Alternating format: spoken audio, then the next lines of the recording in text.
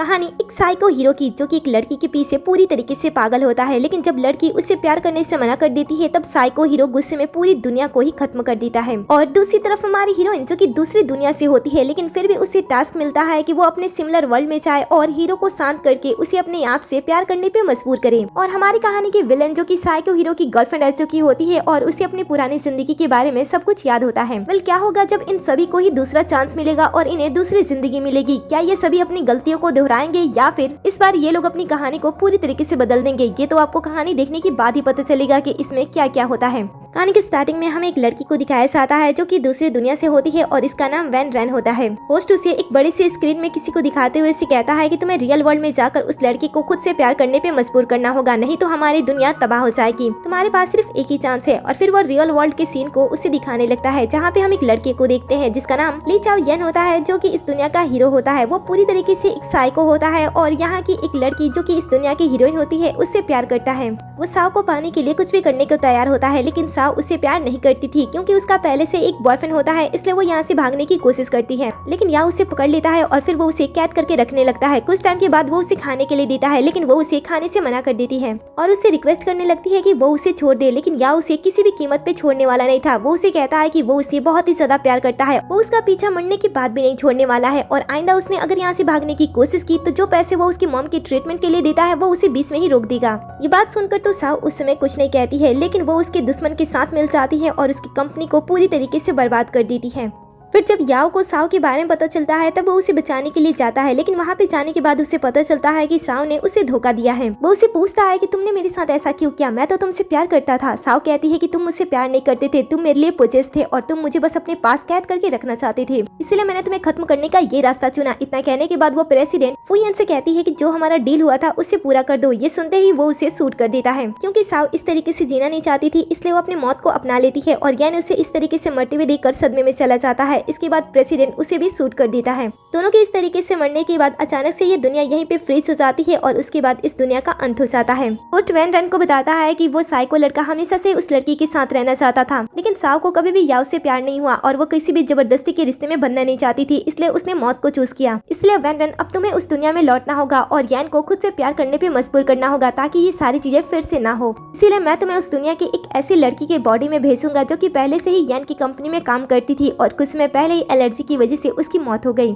तुम्हें उस दुनिया में सिंपल सी लड़की की तरह रहकर याओ को खुद से प्यार करने पे मजबूर करना होगा। ये सुनकर वैन रन सारी चीजें करने के लिए मान जाती है। दूसरी तरफ हम यान को देखते हैं, जो कि मीटिंग कर रहा होता है, लेकिन अपने स्टाफ के काम को देखकर वो उनके ऊपर बहुत ही ज्यादा गुस्सा करता है और उन्हें बहुत ही ज्यादा डांट रहा होता है। ये देखकर जो असिस्टेंट होता है वो अपने बॉस को शांत करने के लिए साव के पास आता है और अपने बॉस के लिए चाय बनाने के लिए कहता है। अचानक से साव को रियलाइज होता है कि उसका तो फिर से जन्म हो चुका है। वो पुरानी सभी चीजों के बारे में सोचती है और डर जाती है। वो सोचती है कि याओ से वो पहली बार चाय देने के टाइम इसी मिली थी, इसीलिए वो इस चीज को अवॉइड करने की पूरी कोशिश करती है, क्योंकि उसे ऐसा लग रहा होता है कि अगर वो याओ के क्लोज आती है, उसे चाय देती है, तो सारी चीजें फिर से स्टार्ट हो सकती हैं। इसलिए वो उसे अवॉइड करने की पूरी कोशिश करती है और असिस्टेंट को बात सुनाते हुए कहती है कि वो यहाँ पे काम करने के लिए आती है, ना कि किसी को चाय देने के लिए। अब असिस्टेंट साव को कुछ बातें सुनाए उससे पहले वैन रन खड़ी हो जाती है और वो बॉस को चाय देने के लिए मान जाती है। फिर चाय बनाने के बाद वो बॉस के केबिन की तरफ जाने लगती है और सोचती है कि यही उसके पास मौका है। अगर वो इसका यूज करती है तो आसानी से वो इस दुनिया को तबाह होने से बचा सकती है। फिर वो यान के केबिन में जाती है, उसे चाय देते हुए जानबूझकर उसके हाथ को टच करती है और फिर वो रिएक्ट करती है कि उसे ये गलती से हो गई और साथ ही वो उसे माफी भी मांगने लगती है। तब यान पहली बार किसी लड़की पे गुस्सा नहीं होता है और उसे वहाँ से जाने के लिए कह देता है। ये देखकर असिस्टेंट पूरी तरीके से हैरान हो जाता है, क्योंकि उसका बॉस कभी भी लड़कियों पे ध्यान नहीं देता था और वो गुस्से के साथ ही उनके साथ बात करता था।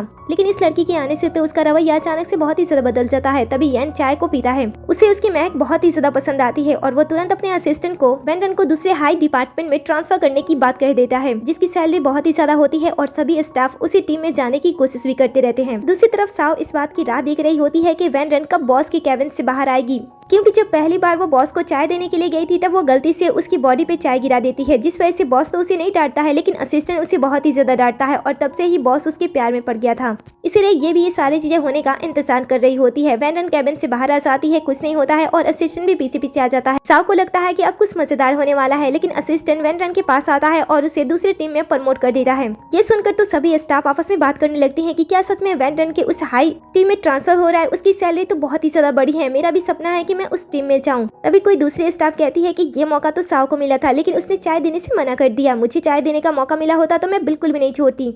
लेकिन साव को इस बात से कोई भी फर्क नहीं पड़ता है, क्योंकि उसे ऐसा लगता है कि उसने अपनी पूरी जिंदगी बदल दी है। नेक्स्ट जब सभी काम खत्म कर लेते हैं और घर वापस जा रहे होते हैं, तभी लिफ्ट में अचानक से बॉस अपना पर्सनल लिफ्ट छोड़कर इस लिफ्ट में चला आता है, क्योंकि वो धीरे धीरे वैन रन की तरफ अट्रैक्ट हो रहा होता है। इसलिए वो जानबूझकर इस लिफ्ट में आ जाता है। सभी लोग इस बारे में बात कर रहे होते हैं। साव भी इसी लिफ्ट में होती है। उसे ऐसा लगता है कि शायद बॉस उसका पीछा कर रहा है, इसलिए वो थोड़ी सी घबराने लगती है और यहाँ से निकलने की कोशिश भी कर रही होती है। लेकिन बॉस तो यहाँ पे वैन रन की वजह से आया होता है और वैन रन को देखते ही उसकी धड़कनें अचानक से तेज होने लगती है। वो अपनी तेज धड़कन को महसूस कर पा रहा होता है और लगातार वैन रन की तरफ देखी जा रहा होता है। उसी साइड साव भी होती है और उसे ऐसा लगता है कि बॉस उसे देख रहा है, इसलिए जैसे ही लिफ्ट ओपन होता है वो डरते हुए यहाँ से निकलने की कोशिश करती है और इस चक्कर में वो वैन रन को धक्का दे देती है। लेकिन क्या वो आगे आता है और उसे बचा लेता है। बाद में वैन रन अपने आप को संभालती है और वहाँ से थैंक्स बोलते हुए चली जाती है। लेकिन यान नोटिस करता है कि जो चाय की स्मेल उसे पसंद आई थी वो सेम स्मेल इस लड़की से भी आ रही है, इसलिए वो इस लड़की की तरफ और भी ज्यादा अट्रैक्ट होने लगता है। धीरे धीरे वो वैन रन के बारे में सोचने लगता है, उसकी स्मेल को महसूस करने लगता है और उसका प्यार धीरे धीरे प्यार से पागलपन में बदलने लगता है। वो ऑफिस में रहने के बावजूद भी पूरा टाइम वैन रन पे नजर रखने लगता है। वो उस पे पूरे टाइम नजर रखने लगता है, चाहे वो फोन पे बात कर रही हो या फिर अपना काम कर रही हो। धीरे धीरे उसका प्यार जैसे ही पागलपन में बदलने लगता है, वो वैन रन के बारे में और भी ज्यादा सोचने लगता है। फिर वो उसके बॉयफ्रेंड के बारे में सोचने लगता है कि क्या उसका कोई बॉयफ्रेंड है या फिर नहीं। लेकिन फिर वो अगले पल सोचता है कि अगर उसका कोई बॉयफ्रेंड हुआ तो भी वो उसे नहीं छोड़ने वाला है, क्योंकि अब वो उसे प्यार करने लगा है। धीरे धीरे येन को भी पता चल रहा होता है कि वो एक लड़की के लिए बहुत ही ज्यादा बदल रहा है। अचानक से उसे कुछ पुरानी बातें याद आने लगती हैं। पता चलता है कि इनके परिवार में जितने भी लोग थे उनके ब्लड में कुछ ऐसे खास तरह के केमिकल पाए जाते थे, जिस वजह से वो जिस किसी से भी प्यार करते थे धीरे धीरे उनका प्यार पागलपन में बदलने लगता था। और वो हमेशा चाहते थे कि जिससे वो प्यार करते हैं वो हमेशा उनकी नजरों के सामने रहे। एक तरीके से वो उसे अपनी कैद में रखना चाहते थे। और इसी तरीके की पर्सनालिटी यान की डैड की होती है, जिस वजह से उसकी जो मॉम होती है वो यान से भी नफरत करने लगती है और कहती है कि तुम भी इस फैमिली से हो, तुम्हारे भी ब्लड में वो सारी चीजें होगी, जिस वजह से तुम आगे चलकर बिल्कुल अपने डैड की तरह बन जाओगे, जिस वजह से कोई भी तुमसे प्यार नहीं करेगा। ये सारी बातें याद आने पे तो यान को बहुत ही ज्यादा गुस्सा आता है। वो अपने आप को कंट्रोल करने की पूरी कोशिश करने लगता है ताकि वो किसी को नुकसान ना पहुंचाए। उधर दूसरी तरफ वैन रन यान के बारे में ही सोच रही होती है कि क्या उसने अपना काम अच्छी तरीके से किया, क्या वो उसे पसंद करता है। ऐसा ही सोचते हुए वो अपने कॉलीग के साथ खाना खाने के लिए बैठती है, जहाँ पे उसकी कॉलीग उससे मास्क उतारने के लिए कहती है। पहले तो वैन रन मना कर देती है और कहती है कि उसे एलर्जी है, लेकिन अपने कॉलीग के बार बार कहने की वजह से वो मास्क उतार देती है। उसकी कॉलीग तो उसे देखती ही रह जाती है। तभी पास से यहाँ से यान भी गुजर रहा होता है, जो कि उसकी खूबसूरत चेहरे को देखकर वहीं पे ठहर सा जाता है। इधर कॉलीग लगातार वैन रन को देखी जा रही होती है, जिस वजह से उसे ऐसा लगता है कि शायद उसके चेहरे में अभी भी एलर्जी है, इसलिए वो वहाँ से निकलने की कोशिश करती है। लेकिन उसकी कॉलीग उसे रोकती है और कॉम्प्लीमेंट देते हुए कहती है कि तुम पहले से बहुत ही ज्यादा सुंदर हो गई हो। तभी वैन रन का नजर यान पे जाता है और वो उसे देखते हुए चुपचाप बैठकर खाना स्टार्ट कर देती है। यान ने पहले सोचा होता है कि वो वैन रन को जाने देगा, लेकिन जैसे वो उसका खूबसूरत सा चेहरा देखता है वो उसे कभी न छोड़ने का फैसला करता है। इसके बाद वो उससे बात करने के बारे में सोचता है, लेकिन उससे पहले वैन रन के कई सारे मेल कॉलीग उससे बात करने की कोशिश करने लगते हैं, अपना टिफिन उसके साथ शेयर करने लगते हैं और कई लड़के तो उसके पास आकर उसका वीचैट आईडी भी मांगने लगते हैं। वैन रन एक बार यान की तरफ देखती है और फिर मुस्कुराते हुए अपना वीचैट उस दूसरे लड़के को दे देती है, ताकि वो ये देख सके कि यान को जेलसी हो रही है या फिर नहीं। लेकिन जितना उसने सोचा था उससे कई गुना ज्यादा यान को जेलसी होने लगती है। वो बिल्कुल भी सह नहीं कर पाता है कि वैन रन किसी और को देखकर इस तरीके से स्माइल करे, इसीलिए वो तुरंत अपने असिस्टेंट से कहता है कि जल्दी से वैन रन को मेरे लिए एक कप चाय लाने के लिए कहो। थोड़ी देर के बाद वैन रन यान के लिए चाय लेकर उसके केबिन की तरफ जाने लगती है। साव उसे जाते हुए देख लेती है और अपनी पुरानी जिंदगी याद करते हुए वो वैन रन को बचाने के लिए उसके बारे में सोचती है और उसे रोकने का फैसला करती है। वो उसके पास जाती है और कहती है कि तुम्हें उसके पास नहीं जाना चाहिए, लेकिन वैन रन उसके सलाह को इग्नोर कर देती है और कहती है कि क्या तुम्हें डर है कि वो मुझसे प्यार करने लगेगा। ये सुनकर वो उसे कहती है कि जब तुम्हें एक खतरा पसंद है तो मैं तुम्हें क्या ही कह सकती हूँ। ऐसा कहते हुए वो वहाँ से चली जाती है और वैन रन यान के केबिन की तरफ जाने लगती है। साउ उसे जाते हुए देखती है और कहती है कि जब तुम्हारे साथ वो सारी चीजें होगी तब तुम्हें मेरी बात याद आएगी। इधर वैन रन अपने बॉस के केबिन में पहुंचने के बाद अपना मास्क उतारती है और बॉस को चाय देने के बाद वहाँ से जाने लगती है, लेकिन यान उसे रोकता है, उसके पास आता है और उसे कॉन्ट्रैक्ट पेपर देता है, जो कि मैरिज कॉन्ट्रैक्ट पेपर होता है। वो उसे कहता है कि अगर तुम मुझसे शादी करती हो तो हर महीने मैं तुम्हारे खर्च के लिए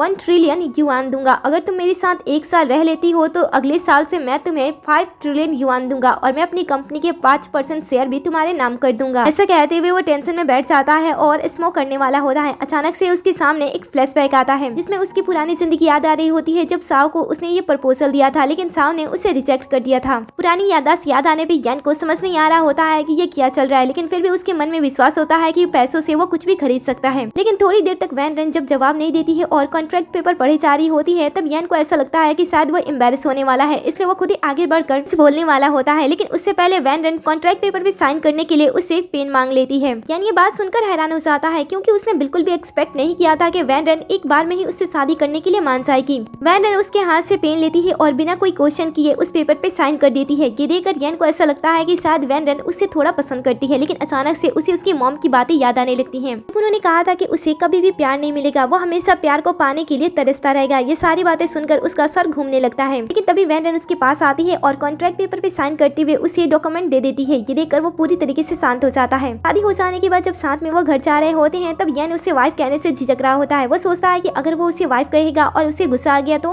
लेकिन तभी वैन रन सामने से उसका हाथ पकड़ती है और उसे हस्बैंड कहते हुए उससे बातें करने लगती है। उसे प्यार से बातें करते हुए देखकर यान को फील होता है कि उसे अपनी वाइफ को अपने पास हमेशा के लिए कैद करके रखना चाहिए। इस तरीके की फीलिंग उसके मन में आने लगती है, जिसे कंट्रोल करने के लिए इधर उधर देखने लगता है और अपने आप को कंट्रोल करने की कोशिश करता है। साथ ही वो अपने पेरेंट्स के बारे में सोचता है, जहाँ पे उसके डैड उसकी मॉम से बहुत ही ज्यादा प्यार करते थे और वो हमेशा ही उसे अपने पास रखने की कोशिश करते थे, जिस वजह से उसकी मॉम बहुत ही ज्यादा गुस्सा होती थी। वो उनसे कहती थी कि वो उनकी कोई प्रॉपर्टी नहीं है जिन्हें वो 24/7 अपनी आंखों के सामने घर में कैद करके रख सकते हैं। वो एक इंसान है और उन्हें बाहर जाने का पूरा हक बनता है। कुछ याद करते हुए यान अपने साइको मन को शांत करने की कोशिश करता है, लेकिन वैन रन उसके रास्ते और भी ज्यादा आसान कर देती है। वो उसकी बाहों को पकड़ लेती है और कहती है कि अगर तुम नहीं चाहती हो तो मैं तुम्हारे साथ घर भी चल सकती हूँ। ऐसा कहते हुए वो उसे हक कर लेती है, जो कि यान को बहुत ही ज्यादा पसंद आता है। असल में वैन रन जो होती है वो यान के लिए प्यार को बहुत ही ज्यादा आसान बनाना चाहती थी, ताकि जो गलती वो प्यार को पाने के लिए पुरानी जिंदगी में कर चुका था वो इस जिंदगी में ना करे। तो दूसरी तरफ हम साव को देखते हैं, जो कि अपने फ्रेंड के साथ शॉपिंग कर रही होती है, जहाँ पे उसे एक छोटी सी कंघी पसंद आती है, लेकिन उसकी कॉस्ट बहुत ही ज्यादा होती है, जिस वजह से वो उसे खरीद नहीं पाती है। उसके किसी भी कार्ड में इतने पैसे नहीं होते हैं कि वो उस कंघी को अफोर्ड कर सके, जिस वजह से वो यान के बारे में सोचने लगती है कि जब वो यान के साथ थी तब उसे कभी भी पैसों के बारे में चिंता करने की कोई जरूरत नहीं थी। बाद में जब वो उस शॉप से बाहर निकलती है तब उसके सामने वही लड़का आता है, जो कि उसकी पुरानी जिंदगी में उसका बॉयफ्रेंड था, जिससे वो शादी करना चाहती थी। वो उसके सामने आता है और उसे प्रपोज कर देता है। ये देखकर तो साव को बहुत ही ज्यादा अच्छा लगता है। वो सोचती है कि जो लाइफ वो चाहती थी वो ही उसे मिल रही है, लेकिन जब उसकी नजर उसके बॉयफ्रेंड के रिंग पे जाती है उसका मुंह उतर जाता है, क्योंकि लास्ट टाइम उसकी पुरानी जिंदगी में जब यान उससे शादी करना चाहता था तब उसने फोर्सफुली उसे जो रिंग पहनाई थी वो इसे कई गुना ज्यादा महंगी और बड़ी थी। वैसे तो साव को यान उसकी पुरानी जिंदगी में पसंद नहीं था, लेकिन उसके पैसे, उसकी चीजें उसे बहुत ही ज्यादा पसंद थी। वो उसकी आंखों के सामने आने लगती है। तभी उसे कॉल आता है और उसे पता चलता है कि उसकी मॉम का कार एक्सीडेंट हो चुका है। ये सुनकर वो हैरान हो जाती है और कहती है कि पुरानी जिंदगी में इसी दिन मॉम का एक्सीडेंट हुआ था, आखिर मैं इस चीज के बारे में कैसे भूल सकती हूँ। वो तुरंत अपनी मॉम से मिलने के लिए हॉस्पिटल जाती है, जहाँ पे उसकी मॉम की सर्जरी के लिए मिलियंस में पैसे चाहिए होते हैं। उसका बॉयफ्रेंड उसे कहता है कि उसे चिंता करने की कोई जरूरत नहीं है, वो उसकी मदद करेगा, लेकिन वो सोचती है कि आखिर इसके पास इतने पैसे कैसे आ सकते हैं। इतने पैसों का बंदोबस्त जल्द से जल्द सिर्फ यान ही कर सकता है। उसका बॉयफ्रेंड इतने सारे पैसे इतनी जल्दी से अरेंज नहीं कर सकता है, इसलिए वो यान के पास जाने की कोशिश करती है। पहले ऑफिस में कॉल करती है और पता करती है कि यान ऑफिस में है या फिर नहीं। उसके कॉलीग उसे बताते हैं कि बॉस तो किसी को प्रपोज करने के लिए तैयारी कर रहे हैं। ये सुनकर वो हैरान हो जाती है, क्योंकि उसे ऐसा लगता है कि बॉस उसके लिए ही तैयारी कर रहा है। दूसरी तरफ हम होटल के बाहर कुछ लोगों को देखते हैं, जो कि यान के फ्रेंड होते हैं। वो यान के बारे में बात कर रहे होते हैं कि यान अचानक से किसी को प्रपोज कैसे कर सकता है। यान के अब तक किसी को डेटिंग ना करने की वजह से किसी फ्रेंड को तो ऐसा लग रहा होता है कि उसे लड़कों में इंटरेस्ट है। लेकिन कुछ समय के बाद जब यान यहाँ पे वैन रन के साथ एंट्री लेता है तो सभी की नजरें वैन रन पे रुक जाती है, क्योंकि वो बेहद ही खूबसूरत दिखाई दे रही होती है।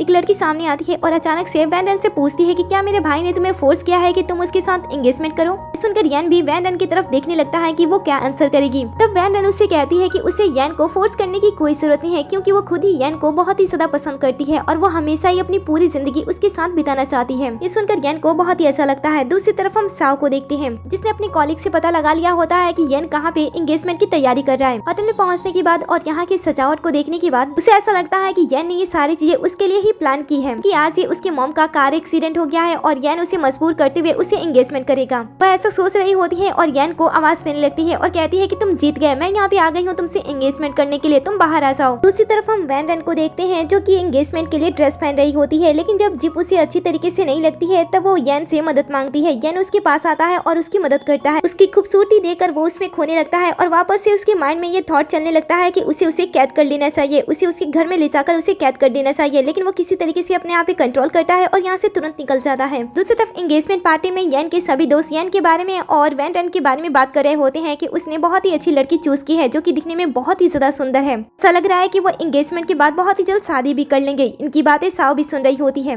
ऐसा लगता है कि सब लोग उसी के बारे में बात कर रहे हैं। वो उनके पास आती है और कहती है कि तुम लोगों को ऐसा क्यों लगता है कि मैं उसे शादी कर लूंगी? बस मुझे फोर्स कर रहा है, मेरी मॉम के मेडिकल बिल्स के लिए वो मुझे फोर्स कर रहा है ताकि मैं उसे शादी कर लूं, लेकिन मैं ऐसा कुछ भी नहीं करने वाली हूँ। ये सुनकर येन का एक फ्रेंड उससे कहता है कि कौन हो तुम? साव बड़े ही एटीट्यूड से बताती है कि जिस लड़के के लिए एंगेजमेंट पार्टी रखी गई है मैं वही लड़की हूँ। ये सुनकर वो लड़का कहता है कि तुम कौन से पागल खाने से भागकर यहाँ पे आई हो, या फिर तुम्हें किस गधे ने लात मारा है जो तुम ऐसा सोच रही हो कि येन तुम्हारे साथ एंगेजमेंट करने वाला है। ये सुनकर सभी गेस्ट साव के ऊपर हंसने लगते हैं। तभी दूसरा दोस्त उसके हाथ में कुछ पैसे रखता है और कहता है कि इससे मिरर खरीद लेना और उसमें अपनी छवि देखना कि तुम कैसी दिखती हो। तभी दूसरी दोस्त कहती है कि तुम तो उसके फियांसे की नौकरानी बनने के भी लायक नहीं हो। ये सुनकर साव से कहती है कि तुम लोगों को पता नहीं है कि येन मुझसे कितना ज्यादा प्यार करता है, अपनी पूरी प्रॉपर्टी भी मुझे देने के लिए तैयार है, लेकिन मैं बस उसे पसंद नहीं करती हूँ। ये सुनकर पहला दोस्त कहता है कि अच्छा क्या तुम पागल हो, या फिर तुम्हें पागल बनने के लिए किसी ने पैसे दिए हैं, या फिर पार्टी में आए हुए लोगों को तुम इंटरटेन करने के लिए आई हो? देखो अगर ऐसी कोई बात नहीं है तो तुम यहाँ से चली जाओ, नहीं तो जब येन यहाँ पे आएगा तो तुम्हें धक्के मार के बुरी तरीके से बाहर कर देगा, जो कि तुम्हें बिल्कुल भी पसंद नहीं आएगा। ये सुनकर साव उनके सामने अपनी बात रखने के लिए सभी दोस्तों के बारे में बताने लगती है, क्योंकि उसे पुरानी जिंदगी के बारे में सब कुछ याद था। तो उसे पता था कि येन ने इन तीनों को किस तरीके से मदद की थी। तो वो धीरे धीरे सभी बातों का खुलासा करने लगती है, जिस वजह से इन तीनों को थोड़ा सा इसके बातों पे बिलीव तो होता है कि ये येन को जानती है, क्योंकि ये सारी बातें येन के अलावा कोई और नहीं जानता था। साथ ही वो अपनी मॉम के एक्सीडेंट की बातें भी सबके सामने रख देती है कि वो अपनी मॉम के एक्सीडेंट की वजह से यहाँ पे आई है और उसे पहले से पता था कि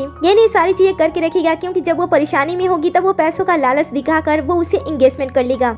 वो सारी बातें बता रही होती है जिस तरीके से अपनी पुरानी जिंदगी उसने जी थी, लेकिन उसे ये नहीं पता होता है कि इस बार तो हीरो ने किसी और को अपनी हीरोइन चूज कर लिया है। कल दोस्तों को भी सच्चाई पता होती है कि उसके दोस्त की लाइफ में कोई और लड़की है, लेकिन फिर भी वो इस भ्रम को तोड़ती नहीं है, बल्कि इस सीन को एंजॉय करने लगते हैं। तो दूसरी तरफ येन इंतजार करने लगता है वैन रन के रेडी होने का, और साथ ही वो वैन रन के बारे में सोच रहा होता है कि कहीं वो उसे छोड़ के तो नहीं चली जाएगी ना। तभी यहाँ पे इसका एक वर्कर आता है जिसे उसे कॉन्ट्रैक्ट पेपर पे साइन चाहिए होते हैं, इसलिए वो कॉन्ट्रैक्ट पेपर देख रहा होता है। और तभी यहाँ पे वैन रन भी रेडी होकर आ जाती है और उसे अपना ड्रेस दिखाने लगती है। अब वैन रन की खूबसूरती पे किसी और की नजर ना पड़े, इसलिए वो उसे तुरंत सीने से लगा लेता है और तुरंत अपने वर्कर को यहाँ से जाने के लिए कह देता है। ऐसा लगता है कि शायद ऐसा करने पे वैन रन को गुस्सा आएगा, लेकिन वैन रन तो उसकी बॉडी को टच करती है और उसे बड़े ही प्यार से देखने लगती है। इस बात को येन भी नोटिस कर लेता है और वो सोचता है कि वो अगले दिन से और भी ज्यादा एक्सरसाइज करेगा ताकि उसकी बॉडी वैन रन को और भी ज्यादा पसंद आए। फिर वो वैन रन से कहता है कि अगर तुम्हें मेरी बॉडी इतनी ही ज्यादा पसंद आ रही है तो जब मैं काम को खत्म करके वापस आऊंगा तब तुम रात में आराम से मेरी बॉडी देख लेना। सुनकर वो शर्मा जाती है और यहाँ से निकलने की कोशिश करती है, लेकिन येन उसे पकड़ लेता है और उसे किस करने की कोशिश करता है। वैन रन भी पीछे नहीं हटती है। फिर जैसे ही दोनों का किस होने वाला होता है, येन खुद से ही पीछे हट जाता है और कहता है कि समय हो चुका है, मुझे बाहर जाना चाहिए। उसे इस तरीके से शर्माते हुए जाते हुए देखकर वैन रन को भी क्यूरियोसिटी होने लगती है कि आखिर वो बेड पे कैसा होगा। दूसरी तरफ हम वापस से पार्टी का सीन देखते हैं, जहाँ पे साव अभी भी अपने बारे में तारीफ किए जा रही होती है कि येन उसे बहुत ही ज्यादा प्यार करता है। फ्रेंड भी उसकी बातें सुन रहे होते हैं और कहते हैं कि अच्छा ठीक है, कुछ समय के बाद जब वो आएगा तब हम देख ही लेंगे। थोड़ी देर में यहाँ पे येन की एंट्री भी हो जाती है। पार्टी वाला जगह थोड़ा सा दूर होता है, इसलिए वो गाड़ी से वहाँ तक आता है और फिर वो पार्टी के अंदर एंटर हो जाता है। साव उसे देखते ही उसके पास आती है और कहती है लो मैं आ गई, क्या तुम अब सेटिस्फाई हो? ये सुनकर वो उसे कहता है कि आखिर तुम हो कौन? ये सुनकर तो सभी साव के ऊपर हंसने लगते हैं और फिर वो येन से कहते हैं कि भाई हमने सुना है कि आप इस लड़की से बहुत ही ज्यादा प्यार करते हो। लेकिन येन तो उसे देखता भी नहीं है बल्कि अवॉइड करके आगे बढ़ने लगता है। तब वो उसका हाथ पकड़ती है और कहती है कि देखो मुझे ना जानने का ड्रामा बिल्कुल भी मत करो, नहीं तो मैं यहाँ से सच में चली जाऊंगी। ये सुनकर वो रुक जाता है और पीछे की तरफ देखता है। पीछे से वैन रन आ रही होती है। ये देखकर वो उसे प्रपोज करने के लिए झुकता है और शादी के लिए प्रपोज कर देता है। साव को बिल्कुल भी आइडिया नहीं होता है कि पीछे कोई दूसरी लड़की है और ये सारी चीजें उसके लिए नहीं है। वो तो सोच रही होती है कि जैसे उसने जाने का कहा ये उसके सामने झुक गया। फिर वो पुरानी बातों के बारे में याद करती है और उसे कहती है कि क्या अगर मैं तुम्हें मना कर दूं तो तुम मुझे फोर्स करोगे? वो ऐसा सोच रही होती है कि वो इस बार भी ऐसा करे ताकि लोगों को पता चले कि वो उसे कितना ज्यादा प्यार करता है। लेकिन तभी वैन रन सामने आ जाती है और उसके प्रपोजल को एक्सेप्ट कर लेती है। तब येन तुरंत उसके हाथ में रिंग पहना देता है और सभी उनके लिए क्लैपिंग करने लगते हैं। लेकिन साव की तो पूरी दुनिया ही तबाह हो जाती है ये देखकर, क्योंकि वो ऐसा सोच रही होती है कि वो इस कहानी की हीरोइन है, लेकिन उसे ये नहीं पता होता है कि हीरोइन को तो कब का रिप्लेस कर दिया गया है किसी और हीरोइन से जो कि हीरो से बहुत ही ज्यादा प्यार करती है। उसे ऐसा अब भी लग रहा होता है कि शायद ये दोनों नाटक कर रहे हैं। तभी सभी पर्सन उन दोनों को किस करने के लिए भी कहने लगते हैं। वेंड्रन आगे बढ़ती है और कहती है कि क्या तुम मुझे किस नहीं करना चाहोगे। तब येन आगे बढ़ता है और दोनों एक दूसरे को किस करने लगते हैं। ये देखकर साओ को बहुत ही ज्यादा गुस्सा आता है। वो येन से कहती है कि तुम ऐसा कैसे कर सकती हो, तुम किसी और लड़की को किस कैसे कर सकती हो। ये सुनकर येन उसे वार्न करता है और कहता है कि तुम मेरी चीजें बर्बाद कर रही हो, इसलिए अच्छा होगा कि तुम यहाँ से चली जाओ। मैं तुम्हें एक चांस देता हूँ, नहीं तो मैं तुम्हें खत्म कर दूंगा। लेकिन साओ ये सुनने की बात भी यहाँ से नहीं चाहती है। वो सोचती है कि पुरानी जिंदगी में वो उसके लिए मरने के लिए भी तैयार था, तो अब भी वो नाटक ही कर रहा है। ऐसा सोचते हुए वो उसे कहती है कि क्या तुम हमेशा मेरे पीछे नहीं पड़े रहते थे। देखो मेरी मॉम का कार एक्सीडेंट हो चुका है और मुझे पैसे चाहिए, इसलिए मैं तुमसे शादी करने के लिए तैयार हूँ। लेकिन येन उसकी बातें नहीं सुनता है। वो अपने बॉडीगार्ड को बुलाता है और इस क्रेजी वुमेन को यहाँ से ले जाने के लिए कहता है। ये सुनकर साओ से कहती है कि क्या तुम मुझे पहचानते नहीं हो, और फिर वो उसे ध्यान से देखने को कहती है। वो सोच रही होती है कि अगर येन उसे प्यार से देखता है और ध्यान से देखता है तो उसकी पुरानी जिंदगी उसे याद आ जाएगी और वो उसे फिर से प्यार करने लगेगा। हालांकि वेंड्रन भी बड़ी बारीकी से ये सारी चीजें नोटिस कर रही होती है और साओ के बदलते हुए अंदाज को देखकर वो समझ जाती है कि इसका भी फिर से जन्म हुआ है और शायद इसे पुराने जन्म का सब कुछ याद है, इसलिए वो येन को पुरानी चीजें याद दिलाने की कोशिश कर रही है। अगर ऐसा होता है येन को पुरानी चीजें याद आती है तो ये दुनिया फिर से तबाह हो जाएगी और मैं अपने मिशन में फेल हो जाऊंगी। ऐसा सोचती हुए तुरंत बात को डाइवर्ट करती है और कहती है कि तुम तो एनआई कंपनी की एक छोटी सी ऑर्डिनरी पर्सन हो ना। ये सुनकर येन कहता है कि अच्छा तो तुम मेरी ही कंपनी में काम करती हो और मेरी ही पार्टी को बर्बाद करने के लिए यहाँ पे आ गई हो। जैसे ही बात थोड़ी सी डाइवर्ट होती है तुरंत वेंड्रन गार्ड को बुलाती है और उसे वहाँ से ले जाने के लिए कहती है। लेकिन साओ को भी अब वेंड्रन पे शक होने लगता है। वो उसे कहती है कि आखिर तुम कौन हो, अगर तुम यहाँ पे हो तो तुम्हें सच में कुछ न कुछ पता होगा। तुम्हें डर है ना कि अगर मैं यहाँ पे थोड़ी देर और रहती हूँ और येन मुझे ध्यान से देखता है तो वो मेरे प्यार में फिर से पड़ जाएगा, इसीलिए तुम सच्चाई सामने आने से रोकने की कोशिश कर रही हो। ये सुनकर येन उसे कहता है कि आखिर मैं तुम्हारे प्यार के जाल में क्यों फंसूंगा जब मैं किसी और से ही प्यार करता हूँ। फिर वो वेंड्रन से कहता है कि इस लड़की की बातों पर ध्यान मत देना, मैं सिर्फ और सिर्फ तुमसे प्यार करता हूँ। ये सुनकर वो उससे कहती है कि मुझे तुम पे भरोसा है। साओ इनकी सभी बातें सुनती है और कहती है कि अगर वो यहाँ से चली जाती है तो वो अपनी मॉम को नहीं बचा सकती है क्योंकि उसके पास उतने पैसे नहीं है। इसीलिए वो येन की याददाश्त वापस लाने की कोशिश करती है और पुरानी सभी बातों के बारे में उसे बताने लगती है। धीरे धीरे येन के सर में दर्द होने लगता है और उसके सामने पुरानी यादें धीरे धीरे आने लगती है। वेंड्रन इन सभी को रोकने की कोशिश करती है लेकिन साओ सारी बातें डिटेल के साथ बता रही होती है, जिस वजह से येन के मन में सब कुछ धीरे धीरे उसके सामने आने लगता है। उसके बदलते हुए चेहरे को देखकर वेंड्रन को शक होता है कि शायद उसे कुछ याद आ गया है, लेकिन येन उसे फिर भी जाने से मना कर देता है और कहता है कि मैं तुम्हें नहीं जानता हूँ, अच्छा होगा कि तुम यहाँ से चली जाओ। फिर बॉडीगार्ड साओ को वहाँ से लेकर चले जाते हैं। इसके बाद येन वेंड्रन से कहता है कि मैं उस लड़की को नहीं जानता हूँ, क्या तुम मेरी बातों पे भरोसा करती हो कि मैं सिर्फ तुमसे प्यार करता हूँ। वेंड्रन कहती है कि मैंने तुमसे कहा था कि मुझे तुम पे भरोसा है, तुम जो कहोगे मैं उस पे विश्वास कर लूंगी। इसके बाद वो उसे अपने साथ डांस करने के लिए पूछती है। दोनों साथ में डांस करते हैं। शादी खत्म हो जाने के बाद जैसे वो दोनों एक दूसरे के पास आने वाले होते हैं, येन अचानक से वेंड्रन से दूर हट जाता है और स्मोकिंग करने वाला होता है। लेकिन वेंड्रन उसके पास आती है और कहती है कि तुमने मुझसे प्रपोज किया, तुमने मेरे साथ शादी भी कर ली, लेकिन अब तुम मेरे साथ रहना नहीं चाहती हो, क्या कोई प्रॉब्लम है या फिर मैं तुम्हें पसंद नहीं हूँ जो तुम मेरे साथ रहना नहीं चाहती हो। ऐसा कहते हुए वो उसके क्लोज आती है और उसे किस करने लगती है, जिस वजह से येन भी अपने आप को कंट्रोल नहीं कर पाता है और उसे किस करने लगता है। दोनों एक दूसरे को किस करने लगते हैं। कुछ समय के बाद येन थोड़ी देर के लिए रुक जाता है और कहता है कि क्या ये सच है कि जिस लड़की से मैं प्यार करता था वो मेरी बाहों में है और मैं ये सब कुछ सपने में नहीं देख रहा हूँ। तभी वेंड्रन उसे फिर से किस करती है और फिर दोनों साथ में नाइट स्पेंड कर लेते हैं। सुबह में जब येन की आंखें खुलती है तब वो वेंड्रन को बेड पे नहीं दिखता है, जिस वजह से वो घबरा जाता है और उसे ढूंढने के लिए तुरंत वैसे ही कमरे से बाहर निकल जाता है क्योंकि उसके मन में ऐसा डर होता है कि वेंड्रन ने उसे छोड़ दिया। लेकिन वेंड्रन तो किचन में उसके लिए ब्रेकफास्ट तैयार कर रही होती है और जैसे येन उसे देखता है वो उसे गले से लगा लेता है और कहता है कि मैं डर गया था, मुझे ऐसा लगा कि तुमने मुझे छोड़ दिया, मुझे लगा था कि तुम मुझे नहीं चाहती हो। ये सुनकर वेंड्रन कहती है कि हम दोनों ने शादी कर लिया है और मैं तुमसे प्यार करती हूँ, इसलिए मैं तुम्हारे साथ ही रहना पसंद करूंगी। ये सुनकर वो उसे फिर से गले से लगा लेता है और वापस से उसके दिमाग में उसे लॉक करने की बात आने लगती है, जिस वजह से वो अपने मन को डाइवर्ट करने के लिए उसके साथ हनीमून पे जाने की बात कर देता है। तो दूसरी तरफ साओ को अब भी विश्वास नहीं होता है कि येन उसके अलावा किसी और से शादी कर सकता है, इसलिए वो उसे बात करने के लिए उसके ऑफिस में आती है जहाँ पे वो उसके असिस्टेंट से मिलती है। और फिर जब वो उससे बात करती है तब उसे पता चलता है कि येन कंपनी में नहीं है बल्कि वो अपनी वाइफ के साथ हनीमून पे गया है, जो कि ये सुनकर उसे बहुत ही ज्यादा गुस्सा आता है। वो अंदर जाकर और बात करने की कोशिश करती है लेकिन गार्ड उसे अंदर नहीं जाने देते हैं। इसके बाद वो सोचती है कि अगर वो ऐसे ही दूर रहता है तो उसे उसके बारे में कुछ भी याद नहीं आएगा और वो अपनी मॉम का ट्रीटमेंट नहीं करा सकती है, इसीलिए उसे कॉल करने की कोशिश करने लगती है। दूसरी तरफ हम हनीमून पे इन दोनों को देखते हैं जहाँ पे येन ने जैसे उसे पैसे देने का वादा किया था, शादी के बाद वो सारी चीजें उसे देता है और बाद में वो उसे शॉपिंग पे भी लेकर जाता है। वेंड्रन को ये सब कुछ बहुत ही ज्यादा पसंद आ रहा होता है और वो बहुत ही ज्यादा खुश भी होती है। येन भी उसकी खुशी में खुश होता है, लेकिन तभी अचानक से एक लड़का आता है जो कि वेंड्रन को उसकी खूबसूरती के लिए उसे कॉम्प्लीमेंट देता है और उसे बात करने की कोशिश करता है, जो कि ये देखकर येन को जेलसी होने लगता है। इधर वेंड्रन भी उस लड़की को बता देती है कि वो शादीशुदा है और तभी येन भी उसके पास आ जाता है, जिस वजह से वो लड़का वहाँ से चला जाता है। लेकिन उस लड़की की वजह से यन के मन में उसकी वाइफ बहुत ही ज्यादा खूबसूरत है, अगर वह ऐसे ही बाहर घूमती रहेगी तो कई सारे लड़के उससे बात करने की कोशिश करेंगे जो कि उसे बिल्कुल भी पसंद नहीं आता है। इसीलिए उसके मन में फिर से ख्याल आने लगते हैं कि उसे अपनी वाइफ को उसके घर में लॉक कर देना चाहिए ताकि इस तरीके से वो हमेशा उसके पास ही रहे। ये जो बुरा ख्याल होता है वो यन के दिमाग में 24/7 चलता रहता है, जिस वजह से जब वैन सो रही होती है तब वो चुपके से उसके पास जाता है और उसके हाथों को जंजीरों से बांधने के बारे में सोचता है ताकि इस तरीके से वैन उससे कभी भी दूर न हो। लेकिन जब वो ऐसा करने वाला होता है तभी उसी आंखों के सामने अपनी मॉम की छवि दिखाई देने लगती है। उसके डैड का भी प्यार जब धीरे धीरे पागलपन में बदलने लगा था तब वो अपनी वाइफ को कैद करके रखने लगे थे, जिस वजह से जब वो भागने की कोशिश कर रही होती है तब वो रास्ते से पैरों में जंजीरें बंधने की वजह से वो तेजी से रास्ता क्रॉस नहीं कर पाती है और कार से उनकी टक्कर हो जाती है, जिस वजह से उनकी मौत वहीं पे हो जाती है। यान के डैड अपने प्यार को इस तरीके से जाते हुए देखकर बहुत ही बुरी तरीके से रो रहे होते हैं और ये सारी चीजें यान की आंखों के सामने हुई थी। वो सब कुछ याद करके वो सोचता है कि उसे ऐसा नहीं करना चाहिए, वो अपने डैड की तरह बिल्कुल भी नहीं बनेगा। वो किसी तरीके से अपने दिल और दिमाग पे काबू पाता है और यहाँ से जाने वाला होता है। लेकिन तभी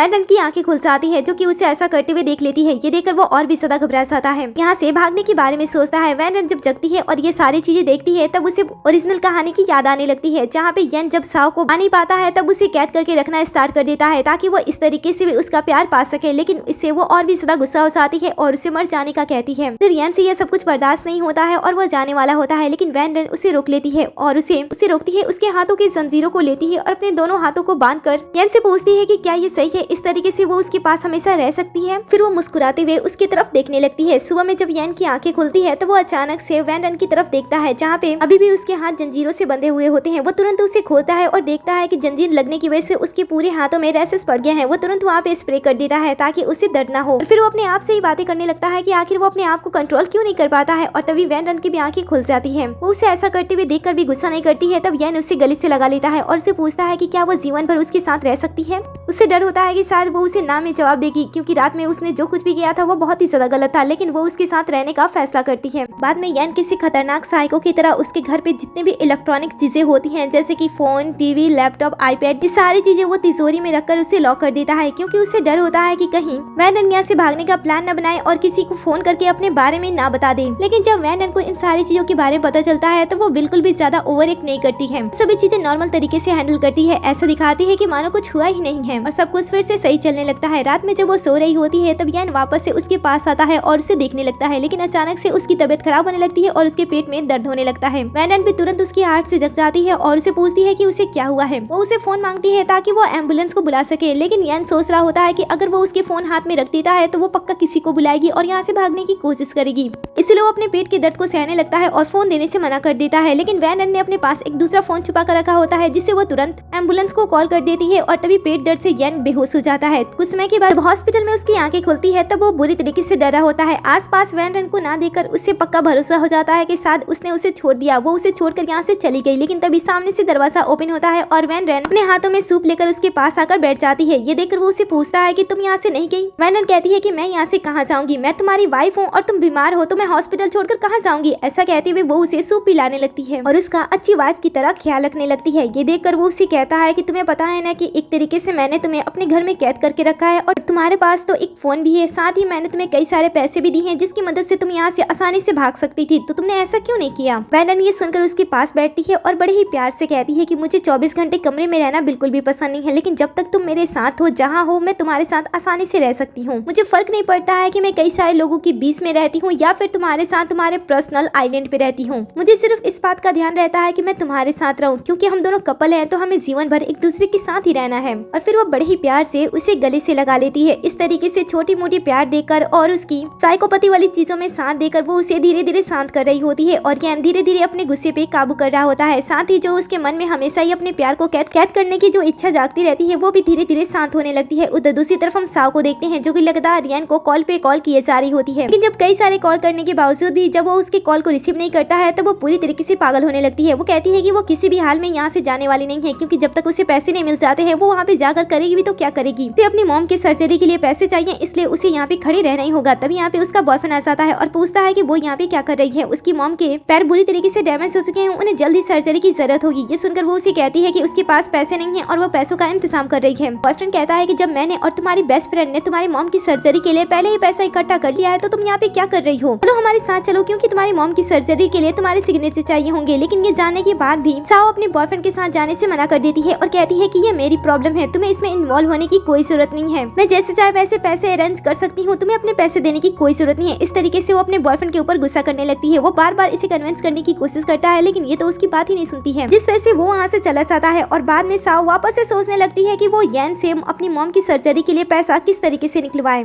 तभी उसे प्रेसिडेंट फू की याद आती है। लास्ट टाइम उसने ही उसे जब उसे जान से मारने की कोशिश की थी तब येन उसके लिए पागल हो चुका था। साओ सोचती है कि यही उसके पास आखिरी रास्ता है सब कुछ याद दिलाने का और फिर वो प्रेसिडेंट फू से मदद लेने के लिए वहाँ से चली जाती है। दूसरी तरफ हम येन को देखते हैं जो कि पहले से अब बहुत ही ज्यादा बदल चुका होता है। वो वैन रन को अपने साथ ऑफिस भी लाया होता है जहाँ पे वैन रन उसके खाने का इंतजार कर रही होती है। वैन रन को खाने पे इंतजार करते हुए देखकर येन को उससे और भी ज्यादा प्यार हो जाता है। दूसरी तरफ हम साओ को देखते हैं जो कि ऑफिस में घुसने के लिए सफाई करने वालों का ड्रेस पहनी होती है और किसी मकसद से इस ऑफिस में वापस आई होती है जहाँ पे वो अपनी कॉलीग को बात करते हुए सुनती है क्योंकि वैन रन के बारे में बात कर रहे होते हैं कि येन से शादी करने के बाद वो तो और भी ज्यादा खूबसूरत हो चुकी है और येन ने अपनी आधी से ज्यादा प्रॉपर्टी उसके नाम कर दी है। ये सारी बातें सुनने के बाद साओ को ऐसा लगता है कि वो कितनी सेमलेस लड़की है। उसे क्या लगता है कि वो पैसों से कुछ भी पा सकती है। जब उसे येन का असली चेहरा दिखाई देगा और वो उसे कैद करके रखना स्टार्ट कर देगा तब उसे पता चलेगा कि उसने किससे शादी किया है। वैसे मैं तो कभी भी पैसों के लिए ये सारी चीजें नहीं कर सकती हूँ। अगर मुझे अपनी मॉम को बचाना नहीं होता तो मैं उसके पास दोबारा कभी भी नहीं जाती। ऐसा कहते हुए उसके कैबिन में जाती है और बड़े ही चालाकी से उसके चाय के अंदर ड्रग्स मिला देती है और सफाई करने की एक्टिंग करने लगती है। थोड़ी देर में यहाँ पे येन आता है और उसे सफाई करते हुए देखकर उसे यहाँ से जाने के लिए कहता है। बाद में वो उस चाय को पीने लगता है क्योंकि उसे वैन रन ने बनाया था। लेकिन जैसे वो चाय के कुछ घूंटे लेता है ड्रग्स अपना काम करने लगता है और धीरे धीरे उसे नशा चढ़ने लगता है। साओ उसे देखती है और धीरे धीरे अपने कपड़े चेंज करने लगती है। वो कहती है कि पुरानी जिंदगी में तुम हमेशा ही मेरे क्लोज आने की कोशिश करते रहते थे और हमेशा ही मेरे साथ इंटीमेट होने के बारे में सोचते रहते थे। उस जिंदगी में तो मैं तुम्हारे पास कभी भी नहीं आना चाहती थी लेकिन इस जिंदगी में मुझे तुम्हारे पास आना पड़ रहा है क्योंकि मुझे पैसे चाहिए, मुझे अपने मॉम को ठीक करना है। ऐसा कहते हुए वो उसके क्लोज आने लगती है और उसे किस करने वाली होती है लेकिन सही समय पे येन की आंखें खुल जाती है और वो उसे धक्का देते हुए अपने आप से दूर करता है और कहता है कि पागल लड़की तुम मेरा पीछा करते हुए यहाँ तक पहुँच गई हो। और फिर वो उसे छोड़कर वहाँ से जाने लगता है। वो उसे रोकने की कोशिश करती है और कहती है कि अगर इस बार तुम यहाँ से चले जाओगी तो मैं दोबारा कभी भी नहीं आऊंगी और जो तुम मुझसे चाहते हो वो चीज तो मैं तुम्हें दोबारा कभी भी नहीं दूंगी। तब तक वो दरवाजे पे पहुँचता है और चक्कर आने की वजह से वो वहीं पे गिर जाता है। फिर साओ धीरे धीरे उसके पास आती है और कपड़े निकालते हुए उसे कहती है कि तुम्हें याद है जब पुरानी जिंदगी में मेरे बॉयफ्रेंड ने मुझे किस किया था तब तुम ये देखकर पूरी तरीके से जेलसी में पागल हो चुके थे। लेकिन इस बार ये मौका मैं तुम्हें सामने से दे रही हूँ तो तुम इतना ज्यादा ड्रामा कर रहे हो। अगर तुमने यहाँ से फिर से जाने की कोशिश की तो मैं तुम्हारे पास दोबारा कभी नहीं आऊंगी। ऐसा कहते हुए वो उसके पास से जाने वाली होती है लेकिन येन फिर से होश में आने लगता है और उसे अपने आप से दूर करने लगता है। लेकिन अचानक से उसे चक्कर आने लगते हैं और उसकी पुरानी यादाश्त धीरे धीरे याद आने लगती है। फ्लैशबैक से हमें पता चलता है कि पुरानी जिंदगी में साओ अपने बॉयफ्रेंड से प्यार करती थी और वो येन से किसी भी तरीके से दूर होना चाहती थी, जिस वजह से वो उसे दूर करने के लिए उसके सामने अपने बॉयफ्रेंड को किस भी कर देती है। ये देखकर येन पूरी तरीके से पागल हो जाता है। ये सारी चीजें धीरे धीरे उसे याद आने लगती है और दूसरी तरफ जो होस्ट होता है वो वैन रन को चेतावनी देने लगता है कि वो दोनों क्लोज आ रहे हैं। अगर वो फिर से साथ आ जाते हैं और उसकी यादाश्त पक्की हो जाती है तो ये दुनिया फिर से खत्म हो जाएगी, तुम्हें जाकर सब कुछ रोकना होगा। वैन रन को जैसे इसके बारे में पता चलता है वो तुरंत कैबिन में पहुंचती है जहाँ पे चारों तरफ कपड़े गिरे होते हैं। ये देखकर उसे डर लगता है लेकिन जैसे वो अंदर जाती है वो देखती है कि येन ने साओ के गले को पकड़ा होता है और उसे अपने आप से दूर करने की कोशिश कर रहा होता है। ये देखकर वो तुरंत उसके पास आती है और उसे संभालने लगती है। ये देखकर साओ याओ से कहती है कि तुम्हें पता है ना कि तुम सिर्फ मुझसे प्यार कर सकती हो, तो तुम इतना ज्यादा नाटक क्यों कर रहे हो? क्या इस लड़की की वजह से? तुम याद करो कि तुम मुझसे कितना ज्यादा प्यार करते थे। ये सुनकर वो उसे धक्का दे देता है और कहता है कि मुझे नहीं पता है कि तुम हमेशा किस बारे में बकवास करती रहती हो। अगर सच में मैं अपनी पास्ट लाइफ में तुम्हें पसंद करता था तो वो मेरा पास्ट लाइफ था, वो मेरा आज नहीं था। आज मैं सिर्फ वैन रन से प्यार करता हूँ, इसलिए फर्क नहीं पड़ता है कि वो समय क्या था क्या नहीं था, इसलिए तुम यहाँ से चली जाओ। ऐसा कहते हुए अपने असिस्टेंट को बुलाता है और उसे यहाँ से ले जाने के लिए कहता है।